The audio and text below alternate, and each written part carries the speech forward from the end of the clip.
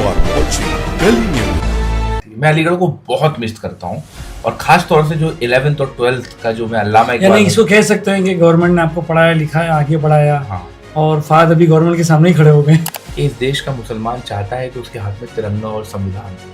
बेशक समाजवादी पार्टी के वो हमेशा खाली माइनॉरिटीज वो की बात करते, मांग 5% करते में ही अरे हमेशा साहेब, आइडियोलॉजी यही रही। साहेब वो सर, मांग हमेशा- करते थे। कौन सा हमेशा- रिजर्वेशन है महाराष्ट्र में? कौन सा रिजर्वेशन था? कोई रिजर्वेशन नहीं है। वो मांग है उनकी यार। ये बस 5 ही दो, 20 क्यों नहीं मांगते थे? सलाम अली कैसा देखता है उसको? बहन है मेरी। बहन आपको हराने के चक्कर में। तो क्या हो गया? भाई भी उसको हराने के चक्कर में है। अरे उसका कारण सिर्फ इतना है कि मेरी बहन जो है बीजेपी से मिली, इसलिए उसको हरा। ये भी किसी नहीं को सपोर्ट करना, आपने हर एक कन्हैया कुमार तक के साथ आपने जो है नेशनल लेवल पॉलिटिक्स पे आपने पॉलिटिक्स की, और अभी खुद खड़े रहने में कितना डिफरेंस है। रईस भाई ने आपको लॉन्च किया, ये बात सही नहीं है। सबका ये कहना है कि रईस शेख ने फवाद अहमद को लॉन्च किया। कहाँ लॉन्च किया? समाजवादी। हाँ ठीक है, अगर सबका कहना है तो जिससे हमारे नेता खुश होते हैं उससे हम भी खुश हैं। ठीक है, आप उसमें क्या क्या कहते हैं? है? मुझको लगता है कि मुझे आसिम भाई, के बीच में हमने वीडियो आप रो रहे थे। यार पता है मैं बहुत ही जज्बाती आदमी हूँ। अबू आजमी और शरद पवार, ये कैसा सवाल है? चूज लीडर है भाई। हाँ। आपके आपके दोनों साथ रह चुके आसिम हैं। भाई भी शरद पवार साहब को नेता मानते हैं। Choose one. शरद अबू पवार हाशिम साहब। आजमी शरद, शरद पवार साहब मजबूरी है। नहीं। क्या आइडेंटिटी आप पसंद करते हो? अभी फहद का ऑलरेडी शख्सियत है। फहद अहमद जो टेस्ट से पढ़ा हुआ है ये है, या स्वरा भास्कर का हस्बैंड फहद अहमद? और मुझे दोनों पसंद है। क्यों मुझे दोनों इसलिए पसंद है कि जब तक मैं स्वरा से नहीं मिला था तब भी मेरी एक अपनी पहचान थी। अगर आप एनसीपी से विधायक बन के हाँ। आते हो हाँ। तो वापस तो हाशिम भाई की पाले में नहीं? अब मैं अभी तो यही कहूंगा कि बिल्कुल नहीं जाऊंगा, लेकिन आप लोग यकीन नहीं करेंगे। आप मुझे मौका दीजिए। जो काम मेरे लिए सुब्रता सोले जी ने किया है, जो शरद पवार साहब ने किया है, वो मैं उसके लिए बहुत ही आभारी हूँ। तो कोई हाशिम भाई से कोई गिला नहीं, मतलब हाशिम भाई, क्योंकि जब हाशिम भाई 5 सीट मांग रहे थे खुद के लिए, उन्होंने कभी आपकी बात नहीं की। दोस्तों आज हमारे साथ फहद अहमद है। फहद अहमद जो है कैंडिडेट हैं एनसीपी से, शरद पवार के अनुशक्ति नगर से कैंडिडेट हैं हमारे पॉडकास्ट में। पहले तो फहद भाई आपका आने का बहुत बहुत शुक्रिया। Thank you so much. It's always being pleasure to talk to you. और फहद भाई हमारा पॉडकास्ट जो है, आपके जो फैंस हैं, आपके लोग हैं जो आपको फॉलो करते हैं, उनके लिए पॉडकास्ट होता है और उनके लिए हम बताते हैं कि भाई ये आदमी की जो बचपन की कैसी जर्नी है, स्कूल की कैसी जर्नी, कैसे थे, उसके बाद आगे लाइफ में आगे बढ़ते हैं, फिर कंट्रोवर्सीज में आते हैं। And it is not a रोक टोक, हम आपको कहीं रोक टोक नहीं करेंगे, हम सवाल करेंगे जो कंट्रोवर्सी अरेज है। आपको पूरा मंच है, आपको अपना जो कुछ भी इसमें क्लियरेंस देना है। एंड आपको एक ऑप्शन है, अगर आपको कोई सवाल स्किप करना है तो आप खाली नेक्स्ट क्वेश्चन पूछ सकते हैं। ठीक है, बात करते हैं फहद अहमद से। फहद अहमद जो है एक गाँव से आते हैं, उत्तर प्रदेश बरेली शहर से। स्कूलिंग आपकी अलीगढ़ मुस्लिम यूनिवर्सिटी में है, सेंट्रल यूनिवर्सिटी ऑफ हिमाचल में प्रदेश में आपने पढ़ा है, और लास्ट में आपने जो है पीएचडी जो है टेस्ट से आपकी चल रही है। फहद अहमद के फैमिली बैकग्राउंड के बारे में बात करते हैं। क्या था फैमिली बैकग्राउंड? मेरा मुझे लगता है कि जो फैमिली बैकग्राउंड है वो हर उस व्यक्ति का फैमिली बैकग्राउंड है जो चीता कैंप में रहने वाला है, गोवंडी में रहने वाला है, या जो उन स्लम्स में रहने वाला कहीं ना कहीं बैकग्राउंड का है, जो जिनके पास कुछ नहीं होता सिवाय मेहनत के। अभी स्टार्ट में ही आपकी पॉलिटिकल बातें चालू हो गई। Let's be natural. नहीं देखिए, क्योंकि आपने सीधा कैंप से चालू कर दिया। मैंने मान को शिवाजी नगर भी नहीं बोला। ठीक है ना, क्योंकि ठीक है, देखिए हम यहाँ अभी आप ये बताइए, मैं बॉम्बे में हूँ, गली न्यूज़ को लोग बॉम्बे में देखते हैं। अगर मैं रिलेट ना कर पाऊँ अपने कम्युनिकेशन में लोगों के साथ, रिलेटिविटी पैदा ना कर पाऊँ, तो मेरे बात करने का फायदा क्या? हाँ, सो बेसिकली मैंने कहा मैं हमेशा बोलता हूँ कि मेरी जो लिव्ड रियलिटी है वो कहीं ना कहीं एक स्लम की लिव्ड रियलिटी है। लेकिन मेरे माँ बाप को, मेरे खासतौर से वालिद को, मेरी माँ को इस बात का शुक्रिया अदा देना चाहिए कि उन्होंने 2 वक्त की रोटी कम खाना पसंद किया, लेकिन मुझे वहाँ तक पहुँचाया। क्या बिजनेस था? Family business? मेरे फादर कॉन्ट्रैक्टर थे। अच्छा। और मेरे फादर को बिजनेस का बी भी नहीं आता। उन्होंने जब भी काम किया नुकसान जो है खाया। क्यों? क्योंकि वो बहुत ही सामाजिक व्यक्ति थे। उनका मन लगता नहीं था किसी चीज़ में, उनका मन सिर्फ राजनीति में लगता था। अदना से कार्यकर्ता थे। पूरी लोग अक्सर बोलते हैं यार कि तुम बड़े लकी हो, तुमको जो है 30 साल की उम्र में शरद पवार साहब जैसी पार्टी ने टिकट दे दिया, महाविकास अघाड़ी में टिकट दे दिया। तो मैं सलातुल शुक्र पढ़ के अल्लाह का शुक्र अदा करता हूँ। लेकिन मेरा दिल का एक विश्वास है कि जो मेरे अब्बू को नहीं मिला, अल्लाह ने अब्बू के ज़रिए से जो है मुझे दिया। और कसम खुदा की ये बिल्कुल बयानबाजी नहीं है, ये मेरा पूरा विश्वास है। उसका कारण ये है कि लोग मुझे बोलते हैं कि आपको इश्यूज की समझ है, ये वो। मैं अपने वालिद का 2% भी नहीं हूँ। मैंने तो फिर भी पीएचडी की अच्छे है। बेटे हो आप। मतलब ये तो वो कौन बताएंगे। कौन है फैमिली में आपके? हम 5 लोग हैं। मैं सबसे बड़ा भाई हूँ। मेरी 2 छोटी बहनें हैं, एक की जी। शादी हो चुकी है और एक छोटी बहन ने ग्रेजुएशन किया है। एक छोटा भाई है, वो दिल्ली में जॉब करता है। सबसे छोटा भाई जो है BLLB कर रहा है। तो देखा जाए तो जो आप बता रहे 5 भाई आप बड़े हो, तो कहीं ना कहीं फाइनेंशियल प्रॉब्लम आपको बच्चों को पढ़ाने में, आप बड़े नहीं, थे। देखिए फाइनेंशियल प्रॉब्लम्स तो थी, स्ट्रगल्स तो था ही। आप ये सोचिए, लेकिन उस स्ट्रगल के बीच में यहाँ तक पहुंचने की जर्नी बहुत इंटरेस्टिंग है। आएंगे उस मुझे जगह पे, पहले वहीं पे मुझे आते हैं। अभी भी याद है कि मतलब सोचिए मेरे वालिद का कंट्रीब्यूशन के बारे में आप देखिए कि मैं मास्टर्स में था central university of Himachal Pradesh में। तो घर पे बहुत दिक्कत थी, पैसों की बहुत परेशानी थी। तो मैंने सोचा, मेरे एक जानने वाले थे कतर में जॉब करते थे। तो मैं अपना 1 सेमेस्टर पूरा करके घर लौट के आया और मैंने अपने अब्बू से कहा कि अब्बू मैं कतर जाना चाहता हूँ, मैं मास्टर्स नहीं करना चाहता। मेरा अब्बू, फैमिली का ये देखिए, हाँ, क्योंकि मैं ना अपने परिवार से बहुत कनेक्टेड हूँ। और 4 भाई बहन की जो है हाँ, जिम्मेदारी भी है। जिम्मेदारी भी है, बहुत सारी चीज़ें, लेकिन मैं अपने परिवार से ऐसे कनेक्टेड हूँ। आप सोचो कि जब मैं छुट्टियों में घर जाता था, मैं पिछले 16-17 साल से जो है बाहर रह रहा हूँ। 9वीं क्लास में मैं अलीगढ़ चला गया था, 9th क्लास में। तो मैं जब जाता था तो मुझे आज भी याद है कि मैं और अब्बू रात को 8 बजे बात करना चालू करते थे, सुबह के 10 बज जाते थे। और हम क्या बातें करते थे? वर्ल्ड अफेयर्स पे, ठीक है, मिडिल ईस्ट में क्या हो रहा है, वेस्टर्न यानी पावर्स क्या कर रहे इससे हैं। पता चलता है कि आपके डैडी भी बहुत पढ़े लिखे थे। मेरे डैडी की कोई भी फॉर्मल एजुकेशन नहीं है, उन्होंने 10वीं भी पास नहीं क्या की, बात कर रहे हैं? लेकिन उनको पढ़ने का बहुत शौक था। और मेरे अब्बू मुझसे हमेशा कहते थे कि फहद, सोहबत का असर पड़ता है। उन्होंने अपनी जिन लोगों में वो बैठा करते थे उनसे सीखा। जब उनसे सीखा तो उनको फिर पढ़ने का शौक था, वो किताबें पढ़ने लगे। हिंदी में किताबें पढ़ते थे, उर्दू में किताबें पढ़ते थे। उनका सारा ज्ञान जो था वो उनकी सोहबत और उनके सेल्फ टॉट से आया। स्कूलिंग कहाँ पे हुई आप? मेरी स्कूलिंग अप टू 8th जो है, मैं बहड़ी, जो कस्बा है डिस्ट्रिक्ट बहुत छोटा सा गाँव होगा यार। गांव तो नहीं है। असल में हम वो लोग हैं जो ना शहर के हैं ना गांव के हैं। तो बीच के जो छोटे कस्बे होते हैं, ना तो हम ये जानते हैं गांव कैसा होता है अच्छे से, और ना ये जानते हैं कि सच में शहर क्या होता है। बहड़ी के लोग जो होते हैं। उसके बाद 8th तक वहाँ पढ़ा, उसके बाद अलीगढ़ चला गया। फिर अलीगढ़ मुस्लिम यूनिवर्सिटी में मैंने ग्रेजुएशन, मतलब 8, 9, 10th, 11 और ग्रेजुएशन किया। उसके बाद मैं central university of Himachal Pradesh चला गया। तो जब आपको डैडी ने तंगी थी और बाद में अलीगढ़ भेजने का फैसला कैसा, क्योंकि इट कॉस्ट नो? नहीं, तो फिर यही फंडिंग बात किससे? है, यही तो बात है। ये जो पब्लिक फंडेड एजुकेशन का जो आइडिया है, can you describe what is public fund? Public funded public education- fund मतलब आदमी सोचता है कि पब्लिक पैसे नहीं निकाल नहीं के- नहीं, पब्लिक फंडेड एजुकेशन जिसको सरकार फंड करती है। जी। मेरी Government। 1 साल की 3 साल की ग्रेजुएशन की फीस थी 3600 रुपए। 3600 रुपए। 1 महीने का खाने का जो मेरा खर्च था वो 710 रुपए का था। 5 टाइम का खाने, सॉरी, एक दिन में 4 टाइम मिलता था। सब्सिडाइज था। सब्सिडाइज, हम वेलफेयर स्टेट है साहब। सब्सिडाइज शब्द का हम इस्तेमाल कर रहे हैं। सरकार की जिम्मेदारी होनी चाहिए कि शिक्षा और स्वास्थ्य वो लोगों को फ्री मिलना चाहिए।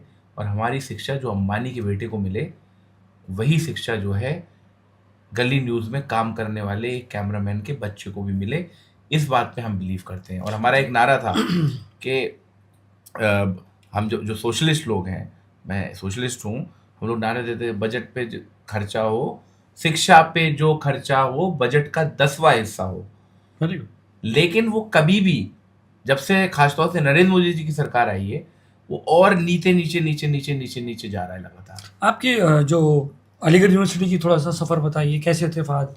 नटखट्टे एज ए काफी- स्टूडेंट क्या थे? पढ़ाई में ज्यादा इंटरेस्ट था मैं कि पढ़ाई वहाँ पे में भी कभी सिर्फ भी- नेतागिरी करते रहे? मैं कभी भी पढ़ाई में बहुत ब्रिलियंट स्टूडेंट कभी भी नहीं था। लेकिन मेरी एवरेज। खासियत ये थी कि मैं चीज़ें सीख बहुत जल्दी जाता था। एग्जाम के एक रात पहले पढ़ता था, उसके बाद भी मैं ठीक ठाक स्कोर कर लेता था। क्योंकि मेरा हमेशा से जो रुचि रही वो समाज में रही, समाज की और समझ। वही बहुत सारी चीजें सिखाता है। देखिए, मेरे अगर आप वालिद तो समाज ये में कहते रुचि हैं कि रखते हैं। वो डिग्री हम्म। जो आपके समाज के काम ना है, ऐसी डिग्रियों को कागज का पन्ना कहते हैं, उसको डिग्री नहीं कहते, एक कागज का पेपर कहते हैं। और हमारे इस्लाम के अंदर भी तो यही है ना कि जिसके पास जितना इल्म है उससे उतने ज्यादा सवाल होने हैं। तो जिसके पास जितनी डिग्रियां हैं, जिसके पास जितनी कॉन्शियसनेस है, उसकी उतनी बड़ी जिम्मेदारी है कि वो अपने समाज के लिए क्या कर रहा है। कैंपस में कुछ शरारतीपन, ये देखिए, नेतागिरी- शरारतीपन नेतागिरी सब में- थी। सब में पहले नेतागिरी आपने कहाँ पर की थी? मुझे लगता है मैंने सबसे पहले 11th क्लास में चालू की थी। क्या कर दिए थे? यार डाइनिंग हॉल में हमारे खाना अच्छा नहीं मिलता था, अच्छा उसको लेके आंदोलन कर दिए थे। अच्छा, हाँ, फिर उसके दाल बाद दाल कैसे? में जो है पानी की क्वांटिटी ज़्यादा होती थी, हम्म, लेकिन उस पानी में भी कोई तासीर थी। आज भी मुझे वो दाल याद आती है। मैं अलीगढ़ को बहुत मिस करता हूँ, और ख़ास तौर से जो 11th और 12th का जो मैं अल्लामा यानी इकबाल। इसको कह सकते हैं कि गवर्नमेंट ने आपको पढ़ाया लिखाया आगे बढ़ाया, हाँ, और फाद अभी गवर्नमेंट के सामने ही खड़े हो गए। नहीं, ये बड़ी इंटरेस्टिंग बात है। ये मुझे एक नोटिस भी दिया गया था। मैंने गवर्नमेंट ऑफ इंडिया का एक टेस्ट क्वालिफाई किया था, जिसमें मुझे पीएचडी और एमफिल पढ़ाई करने के लिए 40,000 रुपये महीना मिलता था। आपको बड़ा इंटरेस्टिंग गवर्नमेंट लगेगा, एक महीने में 40,000 रुपये सरकार मुझे पढ़ने के लिए देती थी। क्या बात? और ऐसा नहीं है सर, टेस्ट क्वालिफाई करना पड़ता है। हाँ, एक एनईटी करके टेस्ट होता NET। है। उस एनईटी में जिनके टॉप मार्क्स आते हैं उसको जेआरएफ बोलते हैं, जेआरएफ और एसआरएफ। तो मुझे एक नोटिस दिया गया था कि आपको सरकार पैसा दे रही है, आप सरकार के खिलाफ बोल रहे हैं। तो मैंने कहा, हम देखिए, हम मुल्क के खिलाफ तो नहीं बोल रहे हैं। अगर हम आपको क्रिटिसाइज नहीं करेंगे तो आप बेहतर कैसे करेंगे? ये लोकतांत्रिक व्यवस्था है, राजशाही तो नहीं है ना। तो मुझे लगता है कि जितना ज़्यादा सरकार से सवाल पूछे जाएं, फंडामेंटल राइट है साहब। बाबा साहब अम्बेडकर का दिया हुआ ये एक ऐसा फंडामेंटल राइट है जिसको कोई भी नहीं हटा सकता। आप कौन सी मीडियम से पढ़े? असल में हम हैं तो अंग्रेजी मीडियम के, लेकिन वो अंग्रेजी जो है वो बहुत ही साउथ बॉम्बे वाली अंग्रेजी नहीं थी। गांव में एकदम। हाँ, मतलब कि अंग्रेजी बोलने में दिक्कत आती थी हमेशा। अंग्रेजी पढ़ लेते थे, प्रोनाउंसिएशन जो था वो हमेशा से ख़राब रहा। लेकिन एक वक्त के बाद मैंने उसको एक्सेप्ट किया, और मैंने ये सोचा कि ये डिसाइड कौन करता है कि कौन से शब्द का क्या प्रोनाउंसिएशन है। वेस्टर्न वर्ल्ड में बैठे लोग ना नहीं मानते उनकी बात। हम, हाँ, लिटरेरी डिफरेंसेस हैं हमारे देश के अंदर, और मैं अगर कोई शब्द का प्रोनाउंसिएशन गलत भी करता हूँ, कोशिश करता हूँ कि वो सही हो जाए, लेकिन मुझे उस फंडे में नहीं पड़ना। आप सेंट्रल यूनिवर्सिटी को हिमाचल प्रदेश गए थे, क्या पढ़ाई किया? मैंने वहाँ से मास्टर्स किया सोशल वर्क में। सोशल वर्क में। सोशल वर्क का कैसी थी वहाँ की लाइफ? अच्छी लाइफ थी। बहुत बड़ा झटका लगा था। कैसे? झटका इसलिए लगा था, जब तक अलीगढ़ में थे तो लगा कि क्योंकि वहाँ मुसलमानों की आबादी भी थी, माहौल भी उस तरह का था, तो लगा कि यार वहाँ जाके थोड़ा सा महसूस हुआ कि शायद मेरे में या किस और लोगों में कुछ फ़र्क है। क्या फ़र्क था? ईजी एक्सेस था चीज़ों का सबके लिए, हमें थोड़ी उसके लिए मुश्किलातों का सामना करना पड़ता था, लेकिन उससे सीखने को बहुत मिला। जी, नो डाउट। उसके बाद आप टिस्ट में आए? टिस ने तो जहन खोल दिया सर। जी, क्या पढ़ाई की आपने टिस्ट? मैंने टिस में पहले एमफिल किया। मैंने मुजफ्फरनगर रॉयट्स पे जो है अपना एमफिल का थीसिस लिखा, वहाँ चुनाव लड़ा, इंडिपेंडेंट चुनाव जीता, 129 और 30 दिन जो है सड़कों पे सोया, क्योंकि वहाँ दलित बच्चों की जो है स्कॉलरशिप छीनी जा रही थी। उसके बाद फिर मैंने डिग्री का एक एपिसोड हुआ था, जिसमें शायद आपने वो वीडियो कभी देखा भी हो, कि उन्हीं इश्यूज़ को लेके जब मैं पहली बार कॉन्वोकेशन में मैं बेसिकली, मेरा कोई इरादा नहीं था साहब। मैं, जो व्यक्ति मुझे डिग्री दे रहा था वो हाईएस्ट डिसीजन मेकिंग पर्सन था TISS का, तो मैं उनसे 1 साल से अपॉइंटमेंट मांग रहा था as a representative of the student. उन्होंने कभी नहीं दिया, मुझे पहली बार मिल रहे थे। जिन लोगों इसलिए आपने डिग्री नहीं ली उनसे? नहीं, क्या इफेक्ट हुआ उसके बाद पढ़ाई में? इसलिए डिग्री नहीं ली।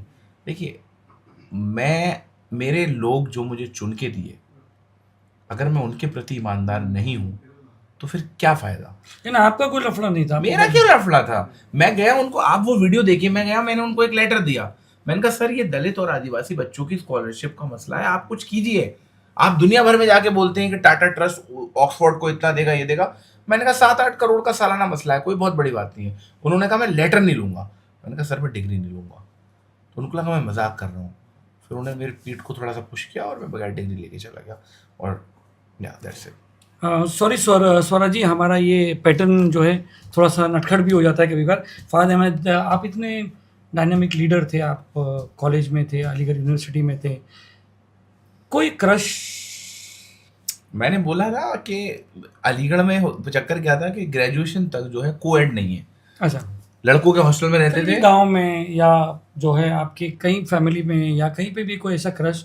टेंशन मत लीजिए, हमने सॉरी पहले बोल दिया। सॉरी क्या बात है, सबके क्रश होते हैं जी। मुझे याद नहीं आ रहा कि बेसिक बताना नहीं चाह रहे? नहीं, बताना नहीं यार। ऐसा होता है कि घर पे जवाब देना है। नहीं, इसलिए नहीं। बेसिकली मुझे ऐसा लगता है कि वो एक ऐसी एज होती है कि अपोजिट सेक्स का कोई भी होता है वो अट्रैक्ट करता है जी। और मैं ये मानता हूँ कि जितना आप लड़के और लड़कियों को अलग करते हैं उतना अट्रैक्ट होता है। उतना ज्यादा अट्रैक्ट होते हैं। स्कूल में तेरे अलग अलग किरदार पे बात आई तो अनजान बन जाऊंगा। हाँ। अभी आप वही कर रहे हो। नहीं मैं अनजान क्यों बनूंगा, मैं तो खुल के बोल रहा हूँ आपको जी।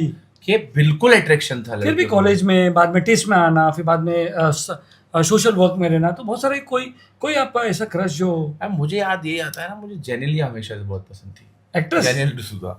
Not like she is not a crush like as a crush, but I always liked her. I don't know, Riteish देख रहे हैं, रितेश देख रहे हैं। भाई हमारा, जी जी। हमारी विचारधारा का आदमी है, बहुत चांगला मानुष है। कोई ऐसा एक दोस्त जो याद है आपको अभी तक, बहुत अभी तक याद हो, मतलब बचपन से लेके आज तक तुम्हारे साथ हो?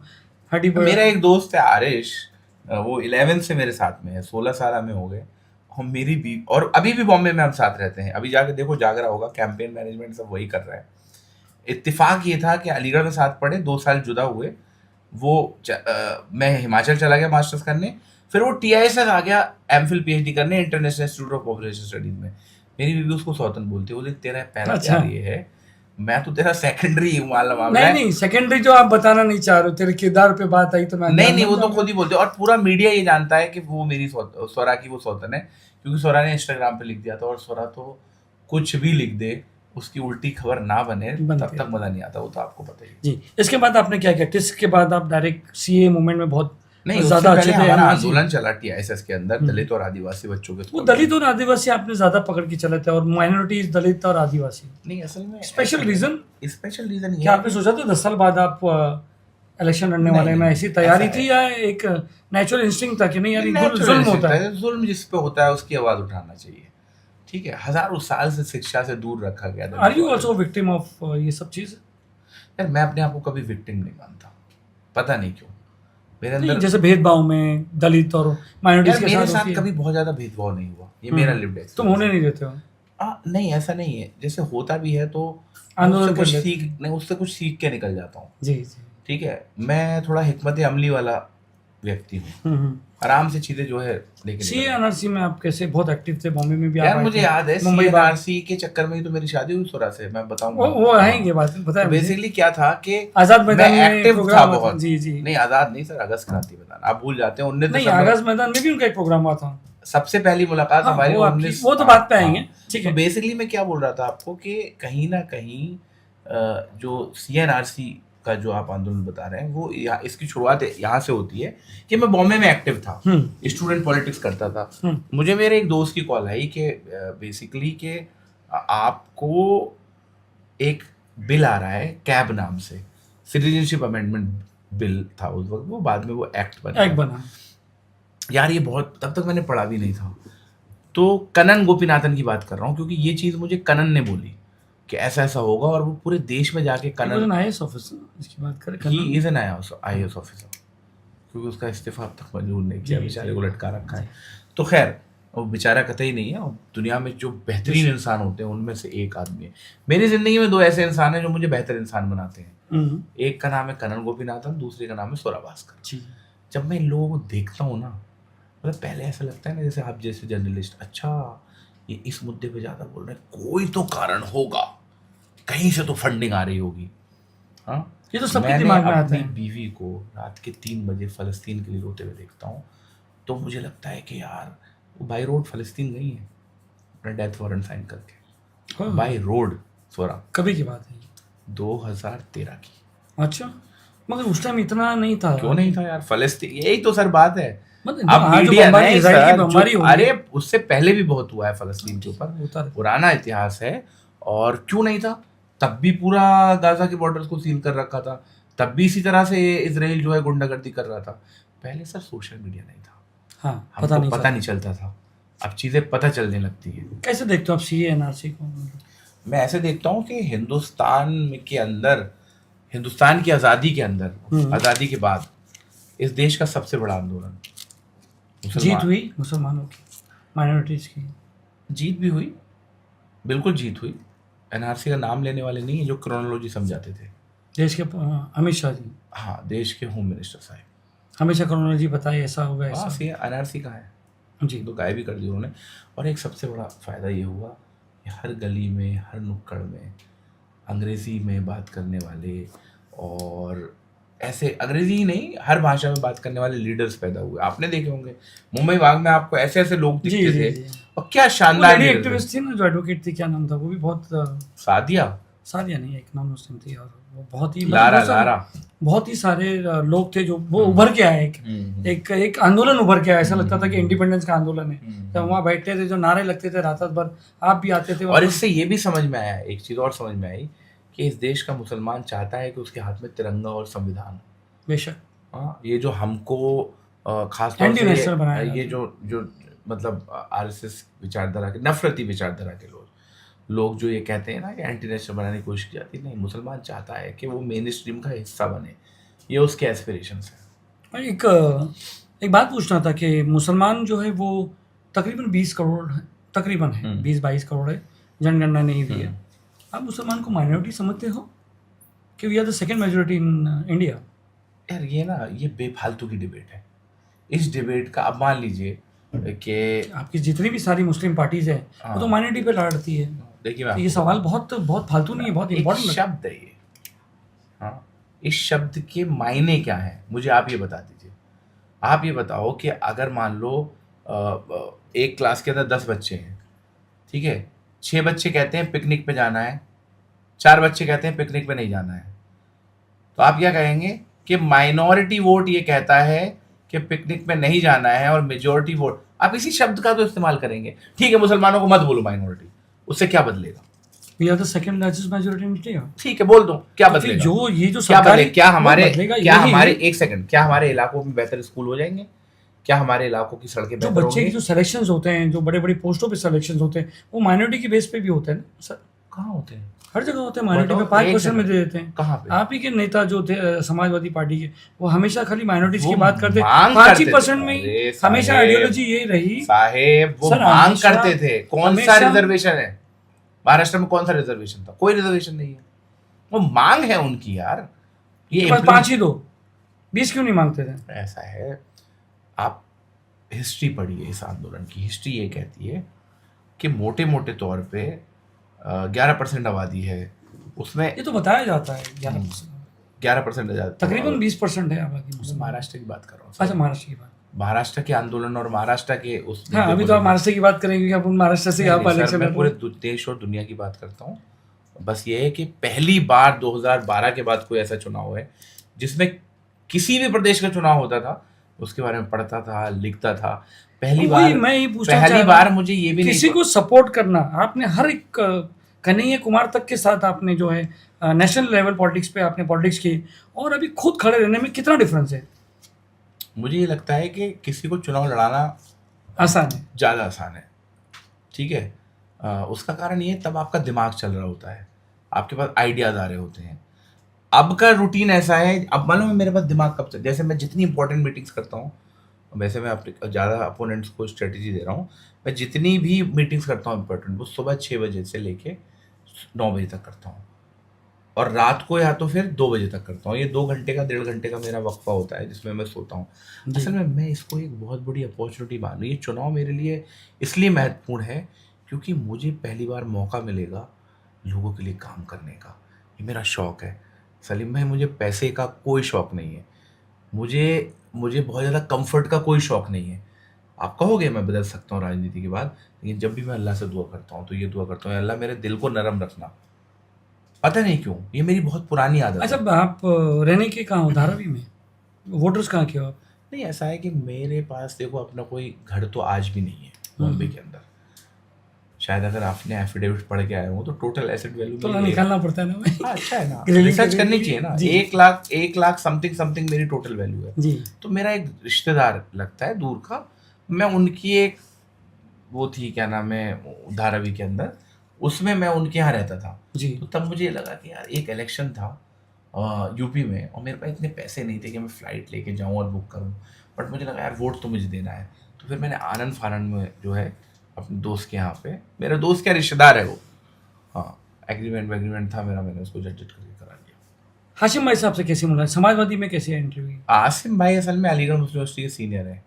आसिम भाई की कॉन्स्टिट्यूंसी में एक होटल है लजीज होटल, तो वहाँ पे हम खाना खा रहे थे, अक्सर हम रोज वहाँ को जाते थे, तो हमने बाहर देखा कि आसिम भाई एक चर्चित चेहरा थे, तो पहली बार उनसे वहाँ मुलाकात हुई थी। कब हुई हमने थी? कहा अस्सलाम वालेकुम भाई, ये होगी 2017 की बात, 16 की। मैंने कहा अस्सलाम वालेकुम भाई, और क्योंकि अलीगढ़ में अपने सीनियर्स को 90 डिग्री का सलाम करना पड़ता है, बट वो नहीं किया था।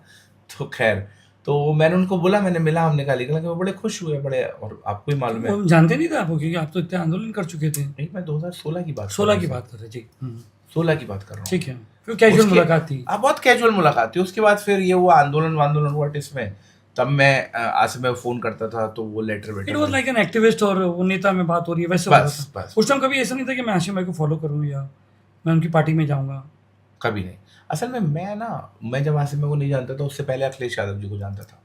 मुझे बड़ा वक्त लगा था अखिलेश यादव जी का जुनून अपने सर से उतारने में, क्योंकि हुआ ये था कि मैं देवरिया गया था जियाउल हक हत्याकांड में। तो हम लौट के आ रहे थे, तो अखिलेश यादव जी ने, क्योंकि हमने वहाँ मीडिया के सामने सपा सरकार की ठीक ठाक जो है उस वक्त क्रिटिसाइज किया था, तो जब हम लौट के आ रहे थे, तो उस लौट के आने के वक्त हमें अखिलेश यादव जी ने लखनऊ उतार लिया था। और जब हम उनसे मिलने उनके घर गए, तो वो मुख्यमंत्री होने के बाद ही दरवाजे पे खड़े थे, हमको अंदर लेके गए, बातचीत हुई बहुत सारे इशूज़ पे।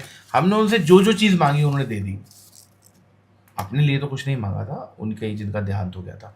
उसके बाद ये होता है कि वो व्यक्ति मुख्यमंत्री होने के बाद भी हमें दरवाजे तक छोड़ने आता है और अपनी फ्लीट की एक गाड़ी हमें दे देता है। अरे यार, ये तो इन लड़कों के पास गाड़ी नहीं होगी। फिर दोबारा जब उनसे मिलता हूँ तो वो मुझे मेरे नाम तो यही वहीं से आपको इंस्पिरेशन आया कि यार ये पार्टी ज्वाइन करना था? I don't know really. मुझे असल में एक ऐसी are party you an accidental politician? How can I be an accidental मतलब जैसे पॉलिटिशियन आप when I am doing politics since class 11th? That is a different thing. Politician जो आप जो बनने जा रहे हैं, अभी समझो ये जो स्टेज है आपका, ये पीएचडी लेवल का स्टेज है पॉलिटिशियन का, तो आप एक एक्सीडेंट से चले गए, एक्टिविस्ट में मजा आपको आ रहा नहीं, था? मैं हमेशा से राजनीतिक व्यक्ति how you came to party, political party? यार, असल में पॉलिटिकल पार्टी हमने सुना है कि रईस शेख ने आपको वहाँ पर लेके आए थे पॉलिटिकल पार्टी में, नहीं, पॉलिटिक्स में आपको ज्वाइन करने के मुझे लिए रईस भाई से सबसे पहले आसिम भाई ने मिलाया था। अच्छा, आशिफ भाई ने हाँ, मिला? सबसे पहली बार, क्योंकि मुझे याद है कि एक सीएनआरसी का प्रोटेस्ट हो रहा था जी।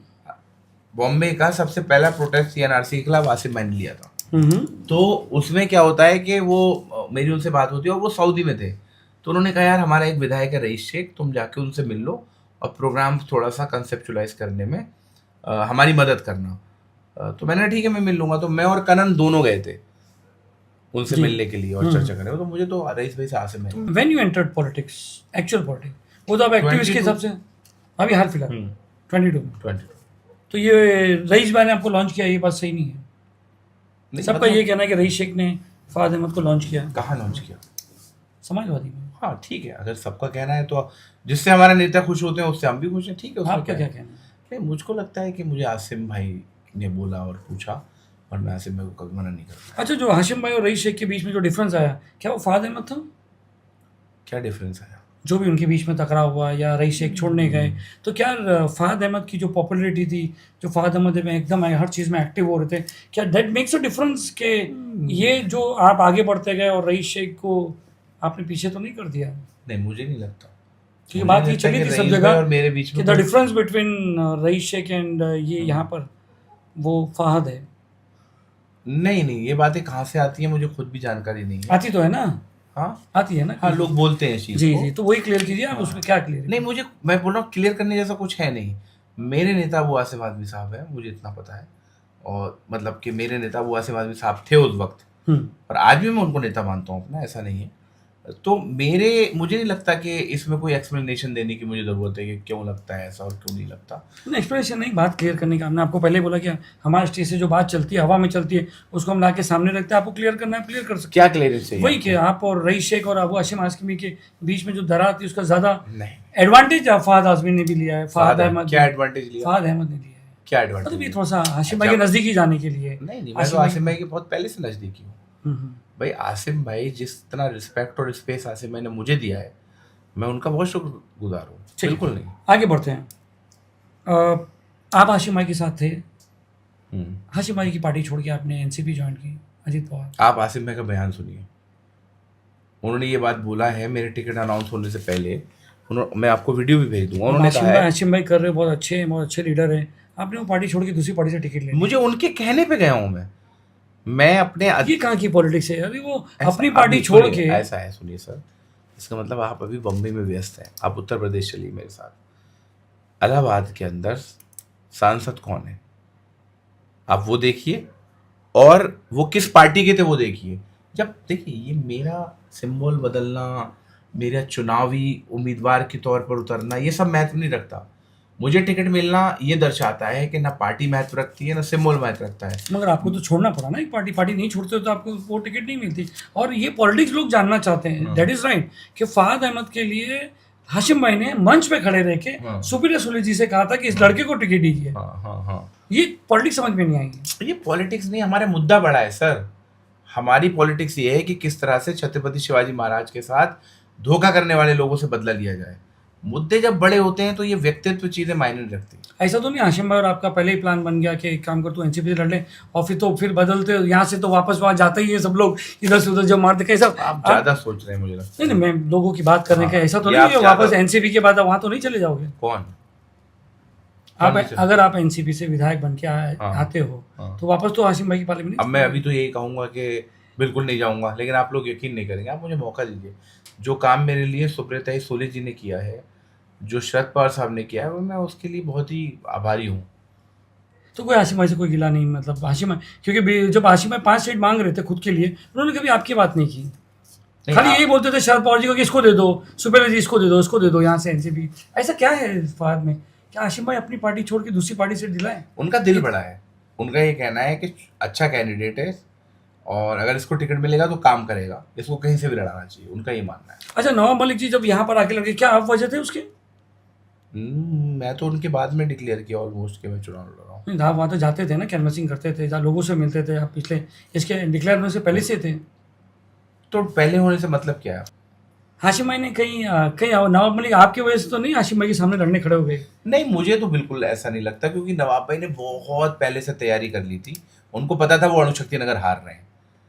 कैसे? देखिए मैं क्या एनसीपी जो अजित पवार पार्टी है, जो अजित पवार की पार्टी को आप क्या समझते हैं एनसीपी? मैं यही समझता हूँ कि वो बीजेपी के साथ अलायंस में है, और जो भी पार्टी बीजेपी के साथ अलायंस में होती है उसको समझने की कोई ज़रूरत नहीं होती। वो लोग नफरत फैलाने का काम करते हैं, वो लोग देश में और महाराष्ट्र के अंदर समाज को तोड़ने का काम करते हैं, गैर संवैधानिक काम करते हैं, मुसलमानों के खिलाफ, दलितों के खिलाफ, क्रिश्चियंस के खिलाफ किसी न किसी लेवल पे नफरत और हिंसा फैलाने का तो काम आप जो अपना चुनावी मुद्दा है उसमें ये बनाएंगे कि भाई ये नहीं, बीजेपी मुद्दा- पार्टी है? मुद्दा मैं बनाऊंगा क्यों? ये मुद्दा है। क्या आपको लगता है मुझे सना से कोई दिक्कत है? नहीं, वो मेरी बहन है। क्या आपको लगता है नवाब भाई की मैं डिसरिस्पेक्ट करता हूँ? नहीं, मेरे सीनियर है। मेरा एक ही मुद्दा है, और ना मैं उनके खिलाफ चुनाव लड़ रहा हूँ, मैं बीजेपी के खिलाफ चुनाव लड़ रहा हूँ।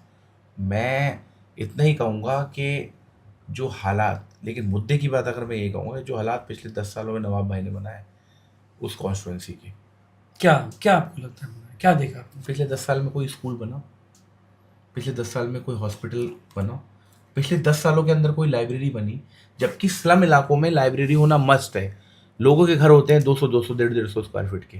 ये तो इल्जाम आपके जो लीडर है अबू हाशिम आजमी पे भी लगा कि मैं भाई- तो अब एनसीपी का नहीं, मैं बात प्रवक्ता बता रहा हूँ। हूँ कि मैं ठीक है ना। देखिए मैं अभी एनसीपी, ये तो एक हर चीज हर मुद्दा बना ऐसा नहीं होता है सर। वहाँ जाके आप लाइब्रेरी देखिए, वहाँ जाके डायलिसिस सेंटर चलता है, पर्सनल पैसे चलाते हैं आसिफ भाई। वहाँ जाके आप देखिए कि किस तरह से हेल्थ सेंटर जो है बनाया जा रहा है। आप गलत कंपैरिजन कर रहे हैं। पानी को जो है आप किसी पानी के ही किसी और केमिकल फार्मूला से कंपेयर करेंगे तभी रिजल्ट अच्छे आएंगे। आप पानी को आप आयरन से कंपेयर करोगे तो कैसे चलेगा? तो आपको लगा कि अणुशक्ति नगर के लिए ये नवाब मलिक है नहीं, क्या ये रीजन आ सकता है कि अजित पवार की पार्टी में गए इसलिए वोटर्स उससे नाराज हो जाएंगे? आप तो लोगों से मिल रहे, क्या नहीं, वहाँ का मैं क्या तो situation यही है? बोलूंगा कि मुझे नाराज लग रहे हैं, लेकिन आप जाके माइक, आपने भी कुछ दिन पहले एक वीडियो देखा होगा कि अणुशक्ति नगर के क्या हालात हैं उसको लेके। साहब, आज भी पानी नहीं है अणुशक्ति नगर में। हम दुनिया की फाइनेंशियल कैपिटल में रहते हैं। आप जाइए सेक्टर डी में।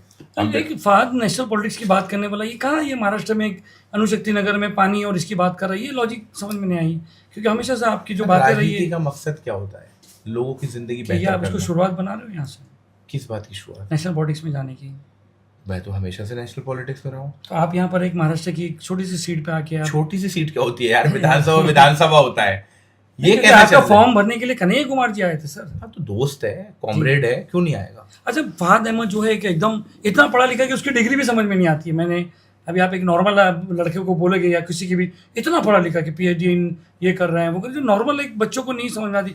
तो इतनी पढ़ी लिखी जो चीज़ है आपकी, जो क्वालिफाइड जो चीज़ है, जो नेतागिरी आपकी जो पहले से चली हुई आ रही है, तो वो अणुशक्ति नगर जो थोड़ा सा एक पिछड़ा इलाका है या बहुत कम है, मुस्लिम डोमिनेटेड एरिया है, तो वो लोग फहद को कैसे ले रहे हैं? वो फहद को ये ले रहे हैं कि ये जुनूनी आदमी है, इसने अपने जुनून से पहले भी काम किया है, और मैंने लोगों से साफ साफ कहा है कि मुझे लोगों से मिलने में मज़ा आता है, मुझे लोगों से बैठने में मज़ा आता है, उनसे बात करने में मज़ा आता है। तो आप मुझे एक मौका दीजिए, मैं आपके बीच का हूँ। नवाब भाई के साथ प्रॉब्लम क्या थी कि उनसे मिलने के लिए 4-5 लेयर्स थी, ठीक है। पहले उनके किसी बेटे से मिलो, फिर उनके भाई से मिलो, फिर उनकी बेटी से मिलो, फिर उनको अच्छा लगेगा तो उनसे मिलोगे। फहद क्या है, अभी भी लोग परेशान रहते हैं कि ये टिकट फहद के नाम पे मिली है, सोहराब अस्कर की पहचान के कॉन्टेक्स्ट की वजह से मिली है? आप स्कूल पढ़ पाए और आपने तरक्की की अपने बाप की वजह से या फिर अपनी माँ की वजह से। परिवार होता है, वो मेरी ताकत है, मैं उसकी ताकत हूँ। हाँ, ये र्यूमर्स ऐसी थी कि जो आपको टिकट दिलाना है, जो शोएब और के खेमे से सुप्रिया सुले जी से, वो सोहराब अस्कर का बहुत बड़ा हाथ है। बिल्कुल, I am proud of her husband यार। किसी की बीवी इतनी जबरदस्त इंसान हो, पावरफुल नहीं, जबरदस्त इंसान हो। देखिए, सुप्रिया ताई सुले जी मुझे 2017 से जानती है। क्यों? क्योंकि जब हम टिस में आंदोलन कर रहे थे तो वो हमें दिल्ली लेके गई थी। तो ये हम टीम है। मतलब आप ये तो वही वाली बात हो गई कि आप मैच इसकी वजह, ये तो पब्लिक कह रही है, पब्लिक को बता रहा हूँ, मैं पब्लिक को बता रहा हूँ कि देखिए, लेकिन सना ने, मेरी बहन ने एक बहुत बड़ी गलती कर दी। पता नहीं उसका सलाहकार कौन है। उसने कहा कि नवाब मलिक की बेटी होना अच्छा है किसी अभिनेत्री के पति होने से। अरे यार, तुम महिला हो, हमारे देश में महिलाओं को जाना कैसे जाता है? सलीम भाई की अम्मी, हाँ, उनका भी कोई नाम होता है। मेरी अम्मी को कैसे बुलाएंगे कि जिरार भाई की बीवी? इस देश के अंदर महिलाओं का नाम नहीं है। तो ऐसे वक्त में एक महिला अगर महिलाओं को डिनाउंस करे तो ये बहुत बड़ी राजनीतिक भूल थी। क्या लगता है आपको, ये जो अणुशक्ति की लड़ाई है, ये फहद वर्सेस नवाब मलिक है कि सोहराब वर्सेस सना मलिक है? ये संविधान वर्सेस गैर संवैधानिक ताकतें हैं। ये छत्रपति शिवाजी महाराज की अस्मिता वर्सेस ये जो खोखे सरकार है वो है। सर, विचारधारा में मुद्दे मायने रखते हैं। विचारधारा जो है की जो मजबूती होती है वो मायने रखता है। ये मायने नहीं रखता कौन कैंडिडेट है। और मेरी लड़ाई तो है ही नहीं सरा से, मेरी लड़ाई तो बीजेपी के खिलाफ है। जो लोकल कैंडिडेट्स होते हैं पार्टी के, जैसे कि समाजवादी के पार्टी के थे, एनसीपी के हैं, सबके रहते हैं, तो वो कैंडिडेट को कैसे समझाओगे कि मैंने समाजवादी नहीं छोड़ा हूँ भाई, मैं मतलब ये आइडियोलॉजी की लड़ाई नहीं, आइडियोलॉजी की लड़ाई हो रही है, मैंने समाजवादी की, तो ये आपको फिर आपको वहाँ पर उनका साथ कैसे मिलेगा? इसलिए मिलेगा क्योंकि मैं उनके कहने पे गया हूँ। अखिलेश यादव जी ने मुझे फोन करके ये बात बोली थी। क्या कहा था? आपको बिल्कुल मतलब चिंता की कोई बात नहीं है, वो भी अपने परिवार की तरह पार्टी है, सेम आइडियोलॉजी की पार्टी है, तुम जाओ चुनाव लड़ो और मजबूती से जीत के आओ। उन्होंने मुझे दुआएं दी।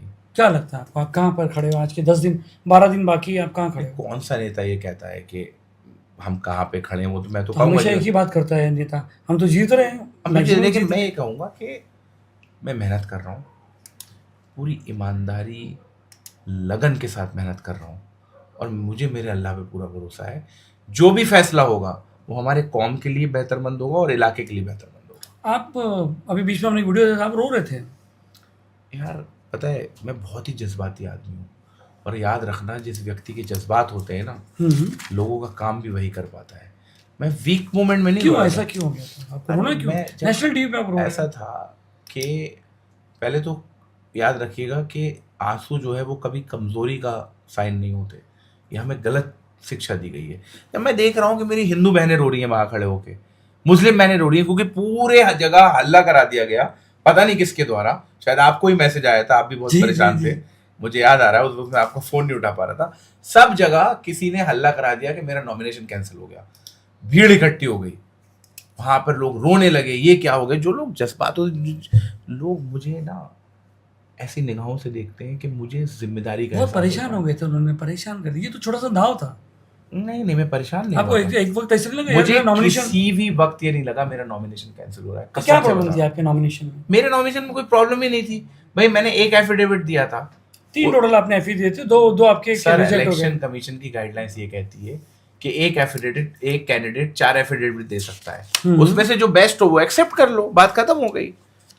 सिंपल। तो इतना सिंपल। अब तो तब आप क्यों रोए कि नहीं यार, लोगों ने मुझे परेशान कर दिया? दबाव बहुत बनाया गया। क्या दबाव था? मुझे ऐसा जानकारी मिली, लेकिन हमारे यहाँ पे जो इलेक्शन कमीशन के लोग थे उन्होंने वही फैसला लिया जो बाबा साहब का अभी संविधान जब है। आपका रोना नेशनल टीवी में आया है, तो लोग जो आपके अनुशक्ति नगर के वोटर थे वो क्या समझेंगे?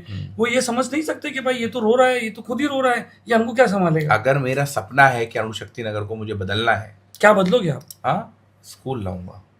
आपको बेसिक लगता है, क्या डेवलपमेंट करेंगे? वो इसलिए पूछा। हेल्थ की फैसिलिटीज लेके आऊंगा।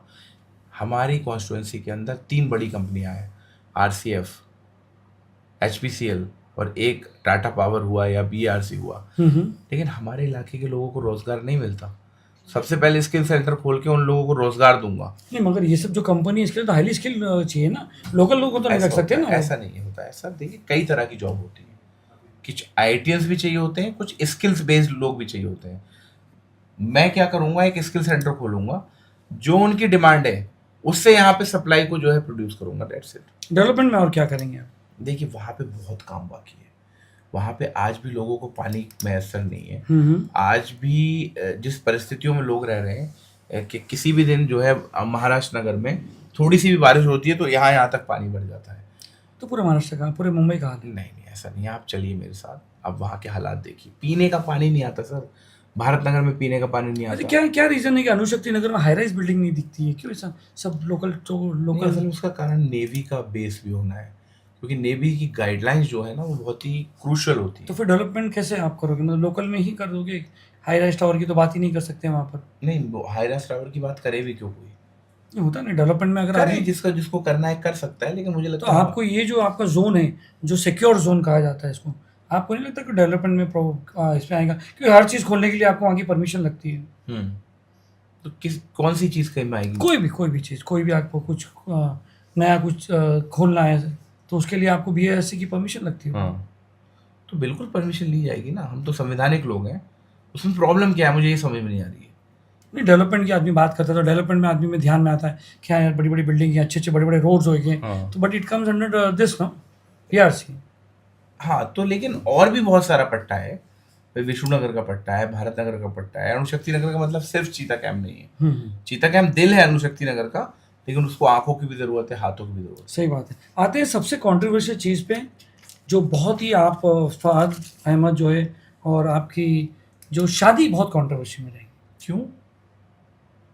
वो तो आपसे पूछ रहे क्यों? मैं आपसे controversy में पूछ रहा हूँ कि क्यों नहीं रहेगी? कंट्रोवर्सी? चलो शुरू करते हैं। कैसे मुलाकात हुई स्वरा भास्कर से आपकी? फर्स्ट स्वरा भास्कर से मुलाकात हुई 19 दिसंबर को, 19 दिसंबर सन 2019 को। अच्छा, CNRC के प्रोटेस्ट में सबसे पहले। कौन सा, कहाँ था वो? अगस्त अगस्त क्रांति। क्रांति मैदान में। अच्छा, कैसी मुलाकात थी? वो तो एक कैजुअल असल मुलाकात में थी। मेरा एक दोस्त था, उसने मुझे एक दिन पहले नंबर दिया था कि यार इनको कॉल कर लेना, शायद ये आएंगी। पता नहीं उस दिन यूजली वो अननोन नंबर नहीं उठाती, अभी भी नहीं उठाती, लेकिन उस दिन उसने झट से मेरा फ़ोन उठा लिया। उसने कहा मैं आऊँगी।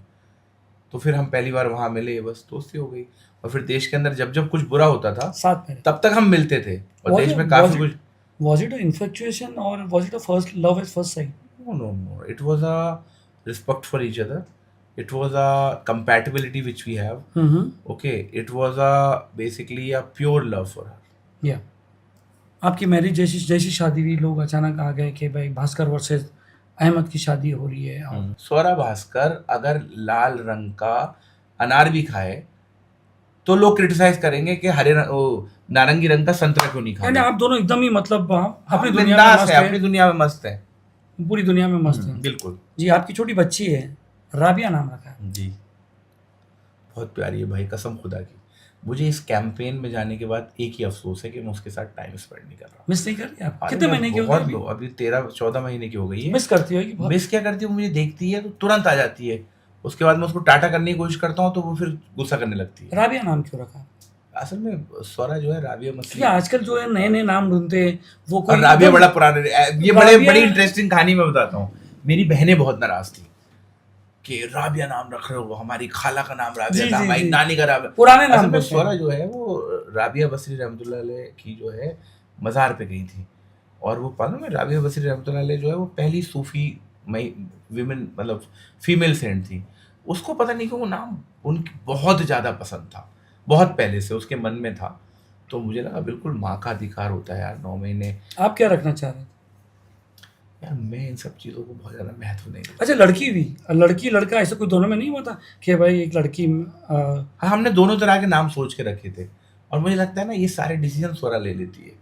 मुझको मेरे लिए यार एक बात बताओ, राबिया ने उसका नाम जो है राशिदा होता तो क्या मैं उससे कम प्यार करता, या उसका नाम रुखसार होता तो मैं कम प्यार करता।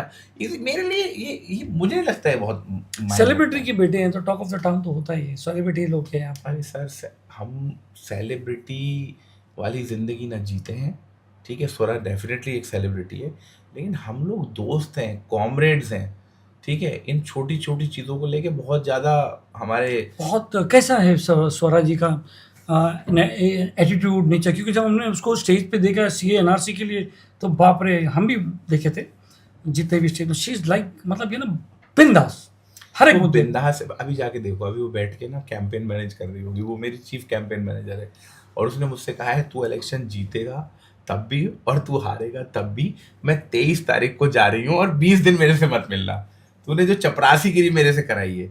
तो यार पता है, स्वरा को देख के लगता है कि बेसिकली जो बॉलीवुड या पर्दे पे लोग होते हैं वो हमारी तरह आम इंसान ही होते हैं। But why she choose to be एक एक्टिविस्ट बनना, she was a good actor, तो वो व्हाई शी यार वो उसका देखो करियर तो खत्म हुआ, लेकिन मैं उससे पूछता हूँ, लेकिन वो अभी भी ये बोलती है कि अगर मुझे दोबारा यही करने का मौका मिलेगा तो मैं दोबारा भी यही करूँगी। उसको कतई अफसोस नहीं है इस बात का। Who is the boss in the हाँ, house, she is the boss in the house, है ना, आई एडमिटेड पहले से। यार मेरे को मजा आता है ऐसे बॉस के साथ काम करने में, जी जी तो मेरा भला चाहता हूँ, तो मेरे लिए खड़ा रहता हूँ। क्या चाहिए आपको? क्या आइडेंटिटी आप पसंद करते हो? अभी फहद का ऑलरेडी शख्सियत है, फहद अहमद जो टेस्ट से पढ़ा हुआ है ये है, या स्वरा भास्कर का हस्बैंड फहद अहमद? और मुझे दोनों पसंद है। क्यों मुझे दोनों इसलिए पसंद है कि जब तक मैं स्वरा से नहीं मिला था तब भी मेरी एक अपनी पहचान थी, और महिलाओं को तो वैसे भी लोग जो है उनके नामों से नहीं जानते, जैसे मैं बोल रहा था। मुझे I am proud of like आपकी फैमिली ने एक्सेप्ट किया स्वरा जी को, क्योंकि देखो दूसरे कास्ट से मेरे अब्बू मम्मी ने कुछ ऐसा मेरे अब्बू की 2-2 घंटे बात होती है स्वरा से, मुलाकात राजनीतिक तो हुई मुद्दों होगी ना, जाके गए होगी ना गाँव हाँ, में? वो मेरे घर आई थी पहले, जी, और वो घर आने के बाद मेरे अब्बू और वो छत पे जाके बातें कर रहे थे 1-1 घंटा। मेरी अम्मी परेशान थी कि नाश्ता वही तो नहीं, पॉलिटिक्स की तो बात नहीं कर वही रहे, बात वर्ल्ड की बात वही कर बात, रहे वो हो, दोनों मिल दोनों मिल गए गए। बस, और मैं अपने परिवार का फेवरेट था। नहीं तो कोई रिएक्शन नहीं है मम्मी की तरफ से, अरे यार ये नॉन? नहीं, मुझे लगता है उन्होंने देखा यार मैं अपने परिवार का हीरो था, ठीक है, लेकिन अब दिक्कत ये है कि स्वरा ने आके मेरे से वो भी छीन लिया। अब वो चहेती बन चुकी है मेरे पूरे परिवार की, मेरे भाइयों की, बहनों की, मेरे, क्योंकि वो जिस तरह से ख्याल रखती है वो, तो बस इसी बात का अफसोस है कि उसने वो मेरा वाला स्टेटस छीन लिया। एक लास्ट सवाल से हम स्वरा भास्कर का जो है चैप्टर एंड करते हैं। If you will become MLA, would it be a woman behind a successful man? 110%, क्या कहना चाहोगे आप? 110%, there is no doubt about it. Not a Yeah. Remote control. No, how can I be a remote मैं एक सवाल कर रहा हूँ कि रिमोट, अच्छा वो रिमोट कंट्रोल भी नहीं होती, उसको टीम वर्क कहते हैं। रिमोट, अच्छा वो रिमोट करके करेगी क्या? वो में टीम वर्क है, वो मुझे सजेस्ट क्योंकि बहुत सारे ना आपके अनुशक्ति नगर से लोग जानना चाहते थे क्या? कि एक फिल्म स्टार का हस्बैंड है, हमारे साथ रह रहे हैं। अच्छा बॉलीवुड कम, तो ये सब लोग का ये कहना है कि यार फहद अहमद स्वरा भास्कर है तो बॉलीवुड तो एक अनुशक्ति नगर में जरूर आएगा। आपको लगता है कि स्वरा से के प्रचार में कोई बॉलीवुड वाले आके अपनी बद पिटवाएंगे? नहीं आएगा। अरे सब लोग डरते हैं यार, जी जी। सब लोग बहुत तो लोग मेरे ख्याल से respect- स्वरा जी भी she will not take advantage of her contacts. इसमें एडवांटेज लेने की क्या क्योंकि बात देखिए है? बड़े बड़े नेता जो है, अमिताभ बच्चन है जो, और बड़े बड़े नेता हैं जो पॉलिटिक्स वाले लोग घुमाते हैं अट्रैक्ट करने के लिए, तो आपका कोई प्लान है कि बॉलीवुड से मैं मुद्दों पे चुनाव लड़ूंगा। मुद्दे पे और आप अभी जो लड़ाई लड़ रहे हो वो मुसलमानों की लड़ाई लड़ रहे हो, या आप एक पार्टी जो है एनसीपी पार्टी, जो अजीत पवार की पार्टी, जो बीजेपी को सपोर्ट करती है, आप आए शरद पवार की पार्टी से इलेक्शन लड़ रहे हो, मुस्लिम कम्युनिटी को आप कहाँ देखते हो, किसके साथ जाएगी? नहीं, ये सवाल आपका कैसा था कि आप मुसलमानों के लिए लड़ाई लड़ रहे हो? मतलब माइनॉरिटी। हाँ, मतलब मैं मुसलमानों की आवाज़ उठाता हूँ। मैं इस बात की लड़ाई लड़ रहा हूँ कि जो बीजेपी इस देश में नफरत फैला रही है, जिससे मुसलमानों को भी नुकसान हो रहा है, हिंदू को भी बट नुकसान बहुत हो सारे मुस्लिम एनसीपी में जा रहे हैं, अजीत पवार से वो जैसे बाबा सिद्दीकी चले गए थे, जिशान चले गए हैं, तो क्या कहोगे आप इस लीडर को? देखिए, मुझे लगता है इस चुनाव में और इस वक्त में जिशान के बारे में एक शब्द भी बोलना, दूसरे नेता की बात करते हैं, दूसरे दो मेरे बस की बात ठीक है, नहीं, उनको क्योंकि हटा देते बाबा हैं, हम भाई भी का नहीं वो बात चेहरा याद आ जाता है जब वो मिलते थे और ऐसे गले, ओए फहद कैसा है तू, क्या चल रहा है, तू क्या कर रहा है आजकल, मिलता नहीं है। तो इस चुनाव में मैं बाबा भाई की और जिशान के बारे में बात ही नहीं करना चाहता। ये तो आपका अच्छापन है। सना मलिक कैसा देखते हो आप उसको? बहन है मेरी, बहन आपको हराने के चक्कर में। तो क्या हो गया, भाई भी उसको हराने के चक्कर में है। Very good. उसका कारण सिर्फ इतना है कि मेरी बहन जो है बीजेपी से मिल गई, इसलिए उसको हरा रहा हूँ। वरना नवाब भाई से लड़ाई है मेरी, न सना से लड़ाई, लड़ाई तो मेरी बीजेपी से है। मुद्दे की लड़ाई है आपकी। मुद्दे की लड़ाई, विचारधारा की लड़ाई है, और विचारधारा की लड़ाई में लड़ता था, लड़ता हूँ, लड़ता रहूँगा। बस मैं यही कहता हूँ कि कभी कभी मुझे एक ही बात का अफसोस होता है कि नवाब भाई ने सना के साथ बड़ा गलत किया। क्या गलत किया? 2017 में कॉरपोरेशन लड़ा के हरवाया। अब जब उनको अंदाजा था कि 10 साल मैंने कोई काम नहीं किया, एंटी इनकम्बेंसी पीक पे है, बीजेपी के साथ हाथ मिला लिया, यहाँ तो जीतूंगा ही नहीं, तब सना को इस कॉन्स्टिट्यूंसी में छोड़ के चले गए। वो यहाँ क्यों नहीं लड़े? कहाँ?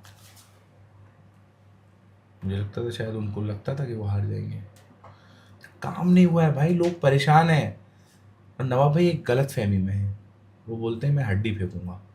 मुसलमान बड़ी गयूर कौम है, दलित बड़ी गयूर कौम है। गयूर का मतलब बहुत ही रिस्पेक्टेबल कम्युनिटीज़ हैं, हर कम्युनिटी बहुत रिस्पेक्टेबल है। अगर किसी को भी लगता है कि हम पैसे से या किसी चीज़ से किसी कम्युनिटी को खरीद लेंगे, ये पॉसिबल नहीं है। नवाब भाई आपको कॉन्फिडेंट लग रहे हैं या ओवर कॉन्फिडेंट लग रहे हैं? यार अभी तो मुझे यही नहीं पता कि कौन कॉन्फिडेंट है या कौन ओवर कॉन्फिडेंट है। बस मैं एक ही चीज़ पे ध्यान दे रहा हूँ कि मैं ग्राउंडेड हूँ या नहीं हूँ। यूथ को क्या बोलना चाहोगे? वहाँ के लोग के पढ़ाई में कम है, और क्या लगा आपको कॉन्स्टिट्यूंसी में एजुकेशन? मैंने जितना भी अपनी कॉन्स्टिट्यूंसी को समझा है, मुझको तो ये लगता है कि भर भर के टैलेंट है, उस टैलेंट को खाली उभारना है, सिर्फ उभारना है। क्रिकेट का टैलेंट बहुत है चीता कैंप में, सॉफ्टवेयर इंजीनियर्स बहुत हैं। मैंने प्रॉमिस किया है मैं बनता हूँ तो वहाँ अच्छे मैदान बनाऊँगा, और रोहित पवार जी से ये भी रिक्वेस्ट करूँगा कि हम और, क्योंकि वो क्रिकेट एसोसिएशन में है, हम और क्या फैसिलिटीज़ दे सकते हैं कि वहाँ का क्रिकेट जो उभर के आए। आई थिंक वही मैं जवाब दे रहा था कि वहाँ के जो चीज़ें हैं, जो हालात हैं, उन पे मैं ज़मीनी तौर पे काम कर रहा हूँ। अब जब आप जा रहे हो, लेडीज से मिल रहे हो, घर वाले से मिल रहे हो, ऑर्डिनरी औरत से मिल रहे हो, तो क्या कॉन्फिडेंट लग रहा है? क्या आप उनको आश्वासन दे रहे हो? वो आपसे क्या चाहते हैं? नहीं, मैं तो आश्वासन नहीं देता हूँ, ठीक है। किसने क्या नहीं किया है मैं उसके बारे में मैं क्या करूँगा? बस उनको क्या चाहिए? आप पूछे नहीं कि भाई क्या चाहिए? देखिए, साफ पानी। यार सिर्फ ये मुद्दे नहीं है, पता है, ये काम, एक आम औरत तो भाई यही सोचेगी ना, घर नहीं, में जो बैठती है, लेकिन मुझे सोचना पड़ेगा ना कि मैं सिर्फ पानी नहीं दूंगा, मैं उनके बच्चों के भविष्य को बेहतर बनाऊंगा। अल्लाह आपको कामयाब करे इसमें। लास्ट रैपिड राउंड रहता है जिसमें हम पूछते हैं आपसे, खाली आपको यस और नो में जवाब देना है। शुरू करें? बोलिए। स्वरा या Rabia? Choose one. It's Rabia मैं बता दूं इनकी बेटी है, very difficult, I can't choose one, it's a package यार। अरे बच्ची को नहीं, बच्ची को खुशी करवा दीजिए। अब क्या बोल देना कि मैं बच्ची को खुश करने की, नहीं, देखेगी तो मुझे भी मेरा दिल नहीं मान रहा ना, मैं ऐसी बात क्यों बोलूं? चलो कोई बात नहीं, स्किप करते हैं। अबू आज़मी और शरद पवार? ये कैसा सवाल है? चूज लीडर है भाई, आपके आपके दोनों साथ रह चुके आसिम हैं। भाई भी शरद पवार साहब को नेता मानते हैं। Lose choose one. Sharad Pawar Sharad Pawar साहब। मजबूरी है? नहीं, क्योंकि आसिम भाई भी अपना नेता शरद पवार साहब को मानते हैं, तो अगर मैं आसिम भाई को भी बोलता हूं तो इनडायरेक्टली शरद पवार साहब को बोलता हूं। सही जवाब, 1 करोड़ का जवाब आपने बोल दिया। सुपरिया सुले या अबू आज़मी? आप मतलब मुझे यू हैव टू से वन, ये हमारा आपको बोलना है। दोनों मेरे नेता हैं। नहीं दोनों नहीं, दोनों अभी आपने कहा कि अबू आज़मी के नेता शरद पवार जी हैं, तो ठीक है मैं बोलता हूं मंच पे देखिए आपसे टिकट है ना सुपरिया सुले जी से मांगी गई थी कि फहद अच्छा है, फहद को लाओ, और ये भी बात की थी कि आपने कहा था कि यहाँ पर अगर आप जन आक्रोश दिखाएंगे तो वाकई में मैं टिकट दूंगी, और वो आपने कर दिखाया। तो हम इसलिए पूछ रहे हैं सुपरिया सुले या अबू आज़मी? सुप्रिया सुले। सुप्रिया सुले। मजबूरी है आपकी? मजबूरी नहीं है, ये देखिए एक डिसिप्लिन है। हाँ, ये मजबूरी नहीं है, ये डिसिप्लिन है। अखिलेश यादव या अबू आज़मी?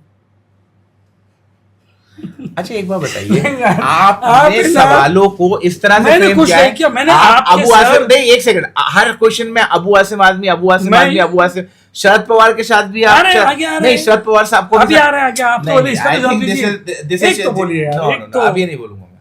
नहीं बोलोगे? नहीं सर, आप रैपिड राउंड हार रहे हो। मैं कैसे हार रहा हूँ? हाँ, कोई सवाल का जवाब नहीं दे कोई गिफ्ट हैम्पर रखा होता, अगर कोई गिफ्ट हैम्पर रखा होता, अरे कहाँ कोई गिफ्ट हैम्पर नहीं, हमारे उमा कैटर वाले बैठे, वो भी स्पॉन्सर कर देंगे। अगर रखा होता तो मैं जीतने की कोशिश करता। चलो आगे बढ़ते हैं। शरद पवार या अखिलेश यादव? अब बताओ, अभी तो हमने अबू आज़मी को हटा दिया। सर ये you have to select one brother, दोनों में से एक चीज है यार। अभी हाँ शरद पवार साहब। अभी आदमी बोलता है चाय पियेंगे, ठंडा आदमी बोलता है चाय, शरद गरम है पवार साहब। ठंडा, बस हो गई, सिंपल सी बात। रोहित पवार का आपने नाम लिया, ये सवाल थोड़ा सा अलग करता हूँ। रोहित पवार या आदित्य ठाकरे, दोनों में आपको मतलब कैसे क्या लगता है, दोनों भी एमबीए के आपकी पार्टी के? अच्छा ये ऐसा क्यों नहीं, सवाल है? मैं सवाल ये, दोनों टैलेंटेड नेता हैं, दोनों भविष्य है महाराष्ट्र का, दोनों भविष्य है महाराष्ट्र का। अभी मैं इस पर एक बात बोलूँ क्या? हाँ बोलिए। जवाब दो क्या? हाँ अभी आपके सामने स्वरा भास्कर और रितेश देशमुख की जलीना को फोटो रखता है, दोनों में से कहा जाता है कि आप किससे शादी करना चाहते हो, तो आप क्या बोलोगे?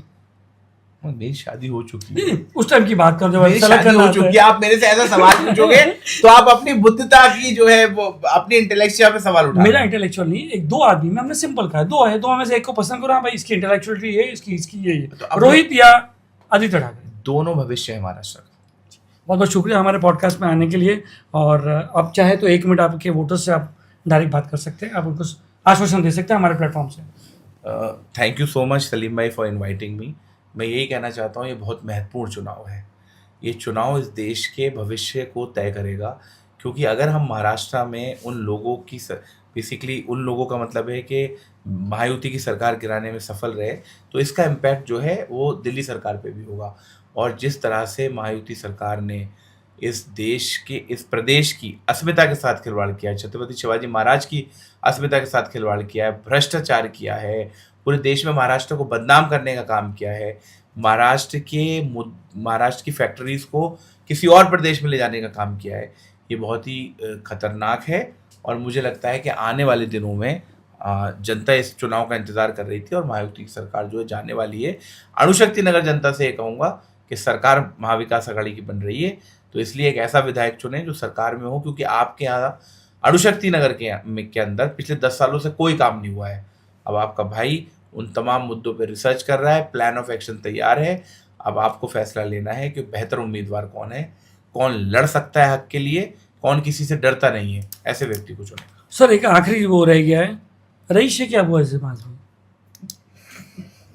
एक बच गया था थोड़ा सा आपके इसमें, रईस से क्या, you have to select one, मतलब मैं पता है, अच्छा कितना आसान सवाल है ये, बहुत आसान है, बहुत आसान है। मैं आपके मुंह से सुनना चाहता मैं इसलिए नहीं बोल रहा क्योंकि ये सब आप जो है आसिम भाई के इर्द गिर्द एक बेवजह का नेट क्रिएट और कंट्रोवर्सी क्रिएट करने की कोशिश कर रहे हैं। आपको पता है ना, आपको पता है ना, ये आसान, देखिए जैसे आपने मुझसे पूछा कि आपने, अगर आपको उस मैं सवाल का हर्ट हुआ हो नहीं, तो मुझे बिल्कुल हर्ट नहीं हुआ। इसी तरह आप मुझसे पूछ रहे हैं, अब वो मेरे पास जवाब है दोनों का, लेकिन मुझे लगता है कि ये क्वेश्चन ही गलत है।